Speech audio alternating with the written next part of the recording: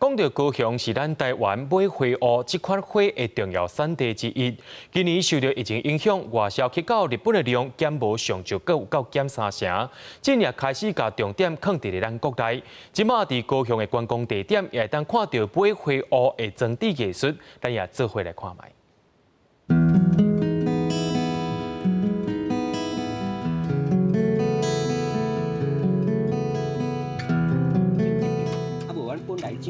热天来到内门的花园，看到这么大片的买花蚵真水，拢是花农辛苦的成果。谢桂花、翁仔某2个人伫内门种买花蚵已经超过20冬。原底因的花主要是外销日本，头一摆拄到疫情，迄阵一支花卖5、6块，根本是了钱。我都就要无人食，我是免那去买花来炒，所以讲很严重，上无要减有2成以上啊。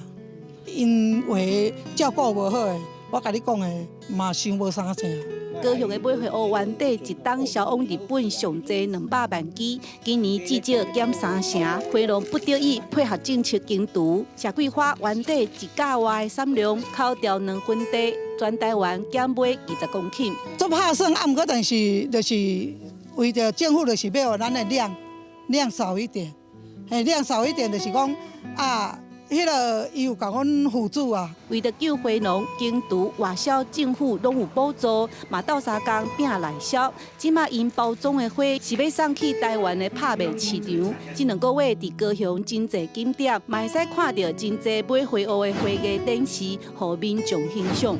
用咱在地内门遮的火鹤花，咱的彩工遮的花，去咱的市区去做布置，互咱的观光客来到咱高雄，除了看到咱遮好的所在了，伊个会当看到咱高雄遮水的火鹤花。目前花价虽然是有较明显好但是这嘛是还阁阮对这个产业真烦恼的，就是讲后一个阶段会变成，如果伊的需求无遐悬的时候，是毋是会阁共款出现着像？ 3、4月开始，迄个情形出现卖不出来的情形。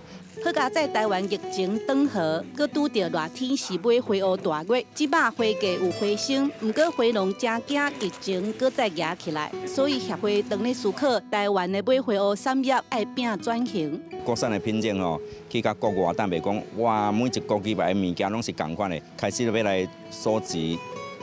整理国内的品种。李基来认为，花农即马暂时靠补助、靠内销渡难关，不过长期来看，台湾的花外销继续较好。